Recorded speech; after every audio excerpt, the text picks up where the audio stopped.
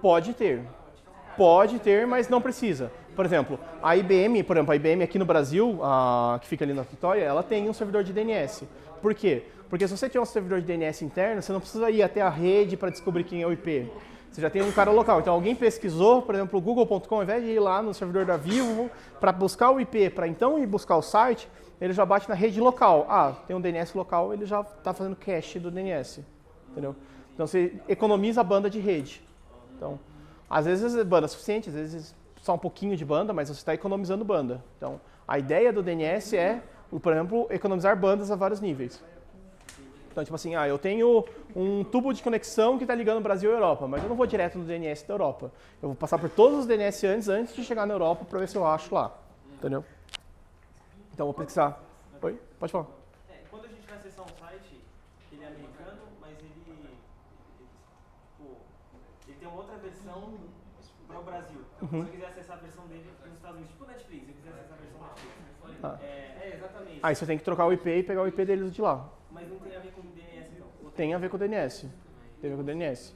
Só que aí você vai ter que dar uma saída de DNS diferente. Então você vai ter que bater no DNS do lado dos Estados Unidos para perguntar qual é o IP para poder usar o serviço. E aí, por conta disso, geralmente a gente usa alguma VPN ou alguma coisa assim do gênero para chegar lá nele. Para chegar mais perto do servidor. Diga. Se eu por acaso quiser isso daí usar o Netflix americano, tem que usar outra conta? Não, pode usar a mesma conta. Pode usar a mesma conta. Porque você vai estar em território americano, teoricamente. Então, pela VPN, você passa por dentro espaço para qualquer país. Tá? Se eu quiser usar como... Sim. Tranquilo, mesma coisa. Então, por exemplo, tinha uma série que eu estava querendo ver que só estava passando, que na verdade tinha em vários países, mas para Espanha, França e Canadá era de graça. Aí eu tive que usar uma VPN para França. Então eu usei uma VPN para França e pela França eu acessei a série que eu queria assistir. Então, para eles foi um cidadão francês que estava assistindo. Para mim, eu estava de boa me passando por um servidor francês comendo tipo um croissant. Feliz. Tá. Professor, existe uma restrição para as operadoras de DNS? Como assim? Por exemplo, um limite para, por exemplo, a IBM tem um próprio. Quanto que ele consegue armazenar? Geralmente quanto que ele tem espaço em disco. Ele vai dizer, eu tenho 1 milhão de entradas, então até 1 milhão de DNS ele armazena. Aí precisou de 1 milhão e 1, ele vai olhar quem que é o mais antigo e vai sobrescrever. Entendeu? Então, tem um DNS aqui que foi acessado há 5 dias atrás. Ninguém mais acessou, apaga esse cara e preenche com um DNS novo, de alguma outra coisa. Tá. Continuando. Tá, bom, como que tudo isso é seguro? Bom, tudo isso é seguro basicamente por conta do uso de criptografia. Tá? Então, criptografia, quando a gente pensa em alguns casos que aconteceram, sei lá, menino do Acre, mas não precisa sempre pensar nisso. Tá? O que é criptografia? Bom, criptografia, se a gente for levar no conceito, criptografia é uma técnica matemática que vai visar a segurança da informação, com o qual a gente pode utilizar ela, a gente vai conseguir cifrar e decifrar os dados mantendo a integridade dele, confidencialidade, autenticidade e alguns outros parâmetros que a segurança pretende pôr. Tá? Então, criptografia basicamente é uma técnica matemática que me permite ofuscar a informação e desofuscar a informação. Tá? Bom, para que ela serve? Tem muita gente que vai dizer que criptografia é provavelmente por status, por moda, para alguém não ler meus e-mails, para as conversas secretas não vazarem. Conversas, né? E aí a gente ficava se perguntando se é para isso mesmo que serve criptografia. E a resposta é não, não é para isso que serve criptografia. Então, por que não é para isso que serve criptografia? Basicamente, criptografia serve porque a gente tem uma necessidade, que é a necessidade de comunicação. A gente precisa se comunicar, a gente sempre precisa se comunicar, a gente precisa continuar se mantendo em comunicação. Então, comunicação é a necessidade pela qual a gente está tentando prover o serviço de criptografia. Tá? Mas só porque surgiu computação? Não. Desde sempre a gente precisou se comunicar. Tá? Antigamente via carteiros, via navio, via, sei lá, mensageiros, mas a gente tinha uma necessidade e essa necessidade era suprida dessa forma. Da mesma forma que a gente tinha essas necessidades, a gente tinha alguém que era interessado a pegar essa informação no meio do caminho, a descobrir essa informação, a tomar a informação para si, que não era o destinatário, e utilizar ela para algum outro fim. Tá? E geralmente quando isso acontecia, as coisas não acabavam bem, e continuam não acabando bem. Tá? Vi de guerras e coisas por aí ao mundo. Tá? Então, Quando a criptografia surgiu? Bom, a criptografia surgiu com cifra de substituição, que era a cifra de César, onde você tinha depois uma moeda de codificação, você escolhia uma chave, que era aquele número que estava aparecendo ali, e você tinha uma tabela de conversão, por exemplo, que era cifrar de cima para baixo, decifrar de baixo para cima. Tá? Depois, a cifra de Vinand, onde você tinha uma tabela de conversão, onde, por exemplo, você escolhia uma palavra de criptografia, e essa palavra de criptografia, essa sua senha, ia definir qual linha da tabela, por exemplo, você iria utilizar. Então, por exemplo, eu quero cifrar a letra W na coluna C. Então, vou pegar a letra W na coluna C e vai pegar o caractere resultante e colocar aqui na minha tabela. Tá? Então, por conta disso, aconteceu o quê? Aconteceu que a minha criptografia ficou um pouquinho mais difícil. Tá? Ficou um pouco mais difícil quebrar a criptografia. A mensagem é do meio. Hã? A mensagem é do meio. A palavra escolhida Por exemplo, aqui a senha escolhida foi a palavra cripto. E o que eu estava querendo mandar era What a nice day today. Então, que dia bonito hoje. Bom, depois, alguns outros padrões. Então, por exemplo, a cifra por Skytail, que era basicamente um toco de madeira, uma fita de couro, onde você enrolava. Depois, estenografia, que a gente diz que é muito parecido com o que os egípcios usavam. Na verdade, os egípcios eles tinham um alfabeto que não era estenográfico. O alfabeto deles era mais completo por causa da quantidade de símbolos. Então, ao invés de ter as palavras, eles tinham símbolos para representar cada uma das palavras. Então, alfabeto chinês, que também é bem grande. Tá? Então, você tinha diversos símbolos diferentes dentro do alfabeto. E aí, se você quiser, por exemplo, enviar um texto escrito em português, codificado, por exemplo, em, sei lá, Rui, gostei desse Rui. E aí você vai lá e vai trocar tudo pelos símbolos e vai ter a estenografia realizada. Tá? Tá, o menino do Acre fez isso. Mas o Tio Patinhas fez antes. Tá. Bom, depois vieram os por dispositivos mecânicos. Então, dispositivo mecânico que a gente tem, a primeira foi a máquina de Haber, tá? Que era uma máquina que tinha um disco de criptografia mecânico. Então, conforme você ia digitando, a senha ia saindo criptografada. Tá? Depois, dispositivos como o Enigma, onde você tinha vários discos, então de 5 a 8 discos. Não, código Morse pode ser considerado uma estenografia, mas não... Estenografia é quando você usa um alfabeto diferente do tradicional. Criptografia é quando você aplica matemática e você pode ter uma frase no mesmo alfabeto. Mas o código Morse não tem só traço e ponto? Tem, mas ele tem uma tabela de conversão. Então, por exemplo, o A é ponto, ponto, traço. O S é 3 pontinhos, o O é 3 tracinhos. Então, você tem uma tabela de conversão direta. Tá. Bom, depois dispositivos mecânicos. A gente tem o Enigma, por exemplo, que tinha de 5 a 8 discos e que era a máquina de criptografia nazista, por exemplo. Tá. E aí, por conta dela, a gente precisou surgir a computação. Tá. A computação, obviamente, com uma cara mais pré-histórica, mas ainda assim era computação. Depois, por conta da computação, também surgiram novos espiões. Então, por exemplo, esse aqui é o Wireshark, que consegue fazer monitoramento de tráfego de rede. E aí, por conta de fazer monitoramento de tráfego de rede, você consegue encontrar informações como, por exemplo, as senhas ou alguns outros protocolos bem descaradamente. Tá? Então, por conta disso, novas ideias precisam surgir e tem surgido cada dia mais novas ideias de criptografia. Porém, existem algumas coisas que a gente aprendeu com a história sobre os algoritmos de criptografia. O algoritmo de criptografia deve ser público. A segurança do algoritmo não tem que estar baseada em ninguém conhecer o algoritmo. Deve estar baseada na chave criptográfica que é utilizada. Então, o algoritmo é público, mas todo mundo, cada um tem uma chave diferente. Cada chave vai gerar um processo diferente. Tá?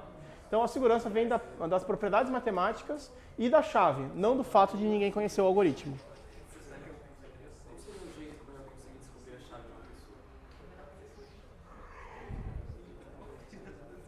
Depende do processo, depende, tipo assim, às vezes a pessoa está usando um processo que tem problemas, aí pelo processo você consegue descobrir.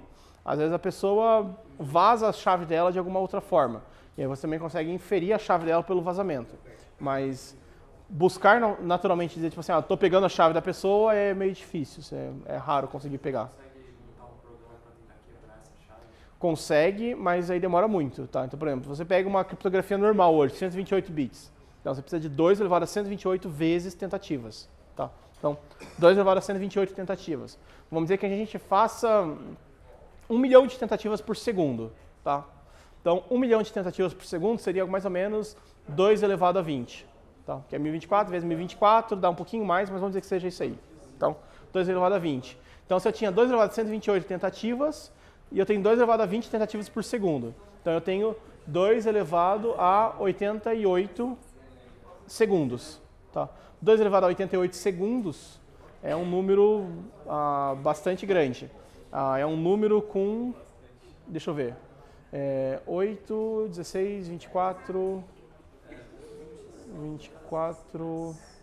26 casas decimais. Tá? Então é um número com 26 casas decimais. Então, mesmo que você pegue, tipo, quantos segundos tem num ano? Vamos lá, 365 vezes 24 vezes 60 vezes 60. Então, quanto que dá isso?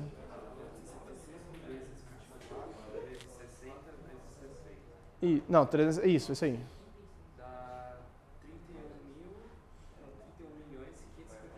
31 milhões. Tá, 31 milhões seria mais ou menos 32 vezes 1 milhão. 1 milhão a gente já sabe que é 2 elevado a 20, 32 a gente sabe que é 2, 4, 8, 16, 32, 5. Então 20 com 5 dá 2 elevado a 25. Então, em um ano eu consigo fazer 2 elevado a 25 segundos. Se cada segundo tem 2 elevado a 20 operações, em um ano eu consigo fazer 2 elevado a 45 operações. Se eu tenho 2 elevado a 128, 128 menos 45 dá 83. É isso? 83? Então, 2 elevado a 83 anos. Então, é muito anos. São muitos anos. Tá? É muito tempo mesmo ainda. Então, não quebra. Tá? Não. Então, mesmo que você faça... por força bruta, você conseguiria chegar numa resposta, mas não em tempo hábil. Tá? Então, criptografia não é uma coisa que tenta você impossível de quebrar. Não. É que é tão difícil de quebrar, ou demora tanto tempo para quebrar, que não vale a pena. Tá? Isso é o objetivo de criptografia. Bom, criptografia em si. Bom, criptografia em si existe 2 tipos de criptografia. Quais são os 2 tipos de criptografia que a gente tem? O primeiro tipo de criptografia, então sim, ela é difícil, mas vamos lá. O primeiro tipo de criptografia é a criptografia simétrica. O que é a criptografia simétrica? A mesma chave que fecha, abre. Tá? Então eu vou usar o mesmo mecanismo para fechar e abrir. Como se eu tivesse essa caixinha aqui. Então, aqui o algoritmo de criptografia é a caixinha cinza, e a chave de criptografia é a chave que entra e gira no buraco dela. Tá. Então, você colocou a chave, fechou, está fechada a caixinha, você girou a chave para o lado oposto, você abriu a caixinha. Então, você tem um mecanismo que você abre e fecha utilizando a mesma chave, tá? Usando o mesmo dispositivo. E a criptografia assimétrica? Bom, aqui tem onde que usa, então, cifra de César, Skytale, Enigma, DS, AS, SSH, tudo isso é exemplo de coisas que usam criptografia simétrica. Então, para que serve criptografia simétrica? Para proteger discos, por exemplo, proteção de mídias, como aquelas que a gente tinha de região, transmissão eficiente de dados e algumas outras coisas. E a chave compartilhada? Bom, a chave compartilhada é uma pergunta que por muito tempo não foi respondida. Até que alguém chegou e conseguiu propor um modelo que solucionasse o problema. O que era? A ideia de chave pública e chave privada. Então, eu fecho utilizando uma chave pública e somente o detentor da chave privada vai conseguir abrir. Tá? Ou, se eu fecho utilizando a chave privada, todo mundo vai conseguir abrir utilizando a minha chave pública. Tá? Qual que é a vantagem... Oxe. Machucou? Bom, calma. Vamos lá. Então, qual que é a ideia aqui? Por exemplo, eu posso utilizar a chave pública de alguém, fechar a chave pública e somente a pessoa com a chave privada abrir.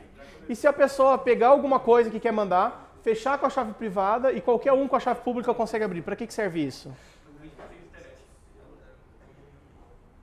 Então, por exemplo, eu tenho...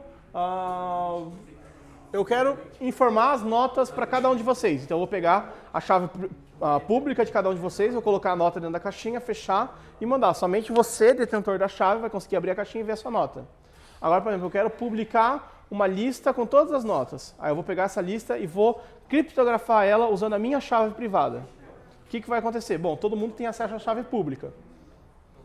Todo mundo vai conseguir abrir. Só que qual que é a vantagem? Para que serve isso? Para garantir que fui eu que enviei. Tá? Porque tipo, eu tenho a minha, você vai conseguir abrir somente utilizando a minha chave pública. Então, por conta de você só conseguir abrir o arquivo usando a minha chave pública, significa que aquele arquivo foi assinado por mim. Se ele foi assinado por mim, está garantindo que aquele arquivo realmente veio de mim mesmo. Então, ele veio, você tem autenticidade garantida. Eu estou garantindo a autenticidade. É como se eu tivesse ido lá evitar fake news, digamos assim. Ó, algum aluno sacana chega lá e coloca um PDF com a nota, tipo, um monte de gente 0, 01, 02, 03, e diz assim, o professor lançou as notas no sistema, olha só. Não, tipo, você não consegue, não tá assinado, digamos assim. E agora você tem um processo de assinatura. Mas isso é usado muito para projetos científicos? Muito. Até para e-mail é utilizado isso. Tá? Então, você manda um e-mail para alguém. Você primeiro pega o seu e-mail, você pega o seu texto, cifra com a sua chave privada, para que a pessoa possa autenticar você, e cifra com a chave pública da pessoa. Por quê? Aí você tem um arquivo que está criptografado e assinado. Então, a pessoa vai receber com a chave privada, vai decriptografar o arquivo, e vai chegar num arquivo criptografado, que ele vai pegar a sua chave pública, vai decriptografar e vai obter o arquivo. Então eu tenho um arquivo que passou pela rede protegido e ainda consigo verificar a autenticidade desse arquivo. Então esse arquivo é confidencial, tem autenticidade e tem integridade. Tá? Então eu garanti 3 propriedades desse meu arquivo. A blockchain funciona através desse sistema? Quem? A blockchain? Funciona num esquema dentro disso daqui, mas sim, é perto disso daqui a blockchain. Blockchain usa uma matemática muito próxima disso daqui. Diga.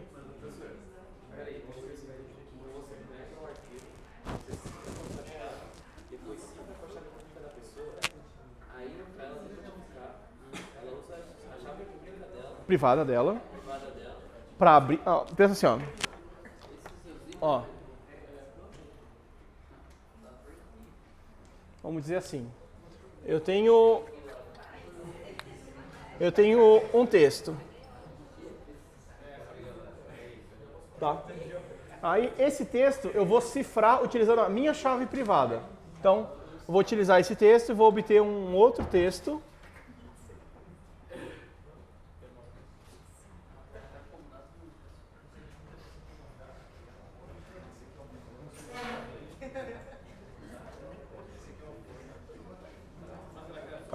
Eu vou chamar de K porque é a minha chave, tá?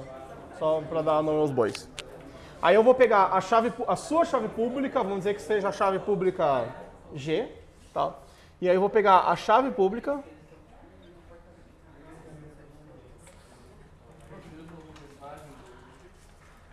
e vou obter uma caixinha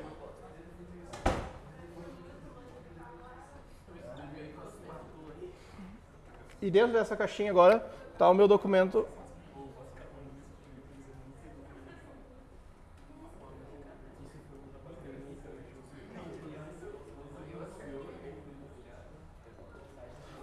cifrado lá dentro, tá? Aí eu vou te enviar essa caixinha. Então, cheguei, te enviei essa caixinha agora e você vai receber essa caixinha que está fechada e cifrada. Só que o que aconteceu?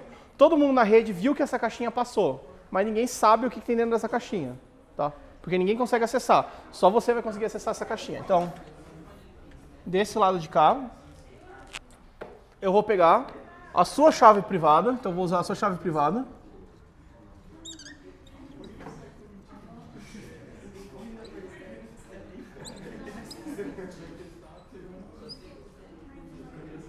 Para abrir a caixinha que eu te mandei.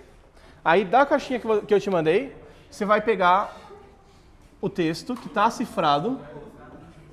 Então, tem um documento que está cifrado aqui dentro. E aí você vai utilizar a minha chave pública para... Então, vai usar a pública do K, que é uma pessoa que você conhece. Bom. Daqui a pouco. Pode ser? Tranquilo. Bom, então, Você pegou aqui, você conseguiu gerar um documento, uma chave pública, tá? Então você pegou o seu documento e aí com a minha chave pública você vai decriptografar esse texto e obter o texto plano, tá? Só que ao obter esse texto plano, o que você garante? Você garante que esse texto foi criptografado. Se você conseguiu decriptografar com a pública, você garante que ele foi criptografado utilizando a privada, tá? E aí você consegue garantir que fui eu que realmente que assinei. E a gente ainda utilizou a caixinha vermelha para transportar de forma segura dentro da rede. Então, eu consegui mandar um texto para você que está autenticado por mim e que está seguro dentro da rede. Na hora de abrir a caixa, você vai receber uma sua chave. Vou usar o quê? A chave é pública, todo mundo conhece. Se eu mandasse simplesmente... Eu podia mandar... Por exemplo, eu poderia pegar esse documento aqui e mandar na rede? Poderia. Tá? Só que o que ia acontecer? Qualquer um da rede poderia pegar esse documento e usar minha chave pública para obter o documento original. Só que eu quero que só você obtenha esse documento original. Como eu quero que só você obtenha o documento original, eu vou pegar ele e vou colocar dentro da caixinha vermelha, porque aí qualquer um da rede, ninguém vai conseguir decifrar. Somente você que é o detentor da chave. Entendeu? Entendi. Você fechou o arquivo com sua chave privada. Isso. Você colocou isso numa caixa E fechou com a chave pública dele. Dele. Então eu fechei. Isso é uma chave pública ou uma chave pública dele? Porque é pública, qualquer um pode, todo mundo tem uma chave pública que está pública. Isso, mas se a pessoa pegar uma chave pública, eu pego a minha chave pública. Não.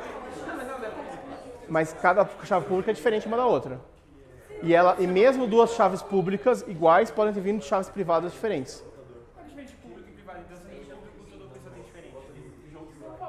Porque eu tenho uma chave pública, você tem uma chave pública e nossas chaves são diferentes. Como assim? Elas são diferentes para que a gente possa fazer aquela conexão. Você se lembra quando a gente fez o processo de Diffie-Hellman? Cadê? Esse aqui? Eu lembro que você fez uma coisa, mas é complicado. É por causa disso daqui que tem a pública e privada. Tá, vamos lá. É como se eu tivesse aqui, ó. Eu tenho essa caixinha, que é a caixinha que eu quero mandar a mensagem para ele. Tá? Essa caixinha está aberta. O que é a chave pública? A chave pública você pode pensar como não muito uma chave, pode pensar como se fosse um cadeado. Tá? Então, pensa que cada um foi ali na lojinha do lado.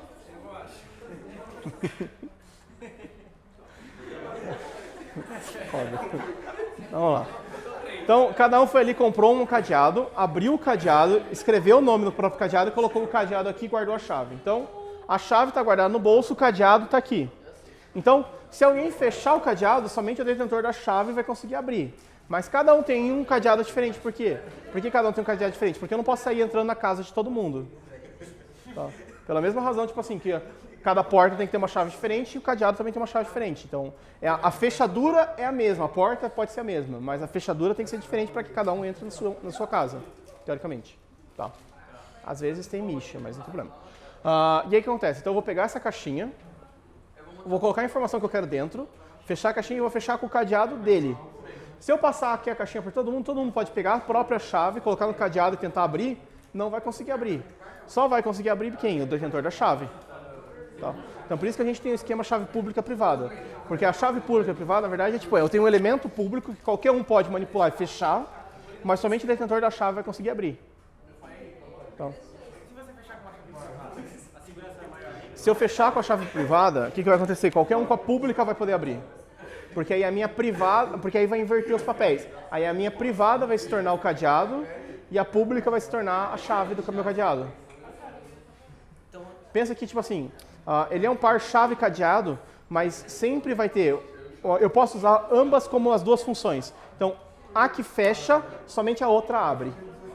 E aí, o que garante quando eu coloco aqui uma chave pública minha? Ou eu fecho isso aqui com a minha chave privada. Qualquer um vai poder pegar, olhar minha chave pública, pegar minha chave pública e abrir essa caixa. Porém, ao abrir essa caixa com a minha chave pública, vai garantir que o quê? Que foi a minha chave privada que fechou. E aí vai ter certeza que aquela caixa veio de mim, porque veio foi aberta com a chave pública. Entendeu? É meio que para garantir que fui eu que escrevi aquilo. Tá. Se você fechar com a chave pública, só uma chave privada. Só uma privada abre. Isso. Só a chave privada que faz a par com a chave pública vai conseguir abrir. Então, por exemplo, Se eu tinha uma chave pública e uma chave privada, se eu fechei com a chave pública, somente o par chave cadeado vai conseguir abrir. Não é qualquer outra chave, é somente aquela chave, unicamente aquela chave vai conseguir abrir. Se eu fechar com a chave privada, qualquer um com a pública vai conseguir abrir. Com a minha única pública vai conseguir abrir. Com a minha pública. Então eu tenho que ser, sempre uma fica bem guardada e a outra fica pública para todo mundo saber.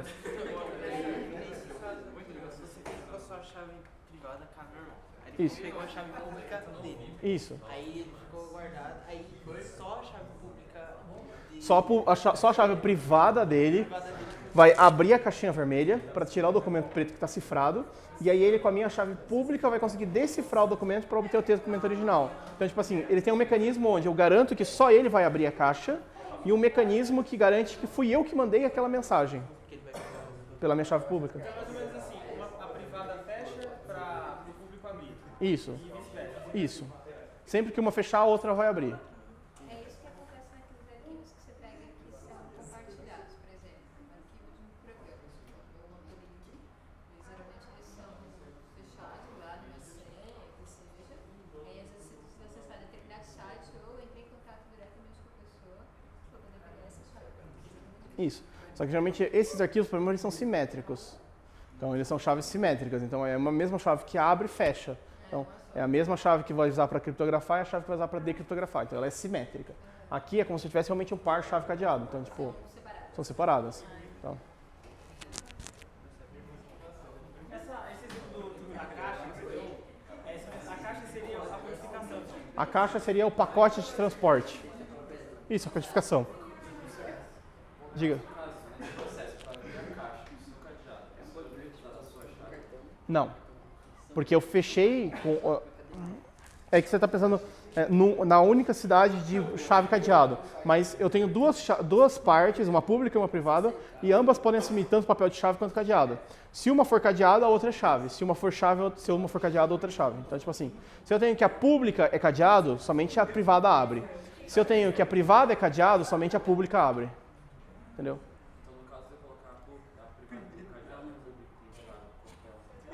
Garantir que fui eu que mandei. Então, tipo assim, eu tenho certeza, por exemplo, eu vou pegar aqui. Eu poderia fazer isso com várias outras chaves. Só que qualquer outra chave que eu... Não, aqui, desculpa, desse lado de cá. Eu tenho cifrado, eu posso tentar outras chaves. Só que qualquer outra chave que eu tentar vai gerar um texto não legível. Somente a chave correta, que é a minha chave pública, vai conseguir abrir esse texto. Tá? E aí eu estou garantindo que esse texto foi cifrado pelo detentor dessa chave pública K, que é a pessoa K que fechou com a chave privada K. Então, Esse exemplo que você deu, você fechou com a sua chave privada?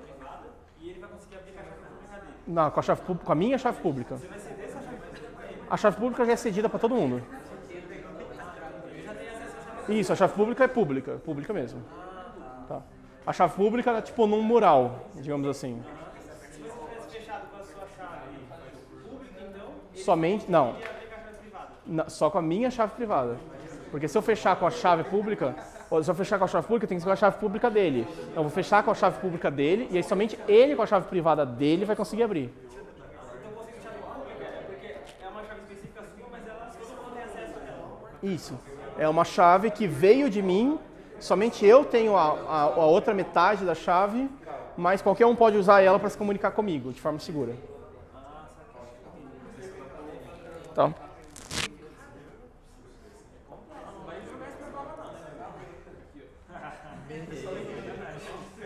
Oxi. Vamos lá. Então, aí aqui tem o exemplo do Diffie-Hellman que a gente fez, tá? Onde a gente tem aquela conta que a gente foi fazendo a conta para obter um segredo S compartilhado entre A e B sem que ninguém da rede soubesse. Então, a gente fez esse processo aqui, onde a gente definiu um P e um G público, depois gerou um Azão, gerou um Bzão. Então, publicamente a gente tinha P, G, Azão, Bzão. E aí, privadamente, a gente tinha um Azinho e um Bzinho. E aí, de repente, a gente conseguiu obter um Szinho compartilhado. Então, a conexão de A e B tem um Szinho compartilhado a partir de parâmetros públicos e uma chave privada de cada lado.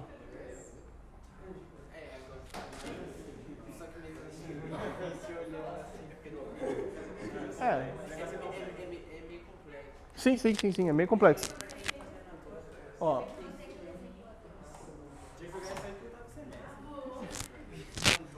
Vocês devem ver isso de novo. Eu acho que em aula de redes. É. Tem uma matéria de redes. Tem uma matéria de redes. Ó, aqui o que é que a gente tem aqui, pessoal? Vamos lá. Então, aqui eu tenho o seguinte, eu tenho um Azinho, que é segredo, tá? E aí eu tenho um Pzinho e um Gzinho que são públicos, tá? Aí eu vou calcular um Azão. Quem que é o meu Azão? Bom, Azão, ele é Gzinho elevado a Azinho módulo P, que vai dar o Azão, certo? E aí do outro lado, eu tenho que a outra pessoa está calculando o Bzão. Então a outra pessoa tem um Bzinho e vai calcular Gzinho elevado a Bzinho módulo P, que vai dar um Bzão. O Azão é a informação que vai ser conversada. É a chave pública. Então, aqui eu tenho a minha chave privada, então aqui é privado. E aqui é público. Da mesma forma, aqui é público e aqui é privado. Como são A e B, são duas pessoas diferentes, então. Isso, pessoa A e pessoa B. Isso, são duas pessoas. Tá. Aí eu tenho aqui na rede agora o público P, G, A e B. Tá? Não, P e G são dois valores que foram acordados no início. Tipo, é um primo e um gerador. Tá? São dois valores P, G, primo e gerador. Tá? Aí o que ele vai fazer? Aí para calcular o S, então, por exemplo, o A quer conversar com o B, o que ele vai fazer? Ele vai pegar a chave pública do B, elevar a Azinho e fazer Azinho módulo P. Isso daqui vai dar um S. Essa informação B e G é pública também. B e P são públicas. B, P, G e A são públicos. Ó, Pzinho, Gzinho, Azão e Bzão é tudo público. A única coisa que é segredo é o Azinho e o Bzinho. Então, aqui, ó, vamos lá, de vermelho, do lado do Azinho. O que o Azinho está fazendo? O Azinho vai pegar o Bzão, que é público, vai calcular elevado a Azinho, módulo P, e isso daqui vai dar um segredinho S. Que ele vai estar aqui, ó, um segredinho S que é segredo ainda, também é privado, tá? Então aqui eu também tenho que é privado. É privado por conta da potência de Azinho que só ele tem. Isso, só ele tem o Azinho. E aí do outro lado, o que eu tenho? Eu tenho que o B também quer conversar com A, ele vai pegar o Azão, elevado a Bzinho, e vai fazer módulo P, e vai obter um Szinho, que também é privado, que é o mesmo Szinho. Por que é o mesmo Szinho? Porque quem que é Bzão? Bzão é G elevado a Bzinho módulo P. G elevado a Bzinho módulo P elevado a Azinho módulo P, o módulo P eu posso tirar o de dentro. Então vai ficar aqui Gzinho elevado a Bzinho, isso daqui é o Bzão, tá? Elevado a Azinho módulo P, que é G elevado a A vezes B módulo P. E do outro lado? Do outro lado eu tenho o Azão. O que é o Azão? O Azão é Gzinho elevado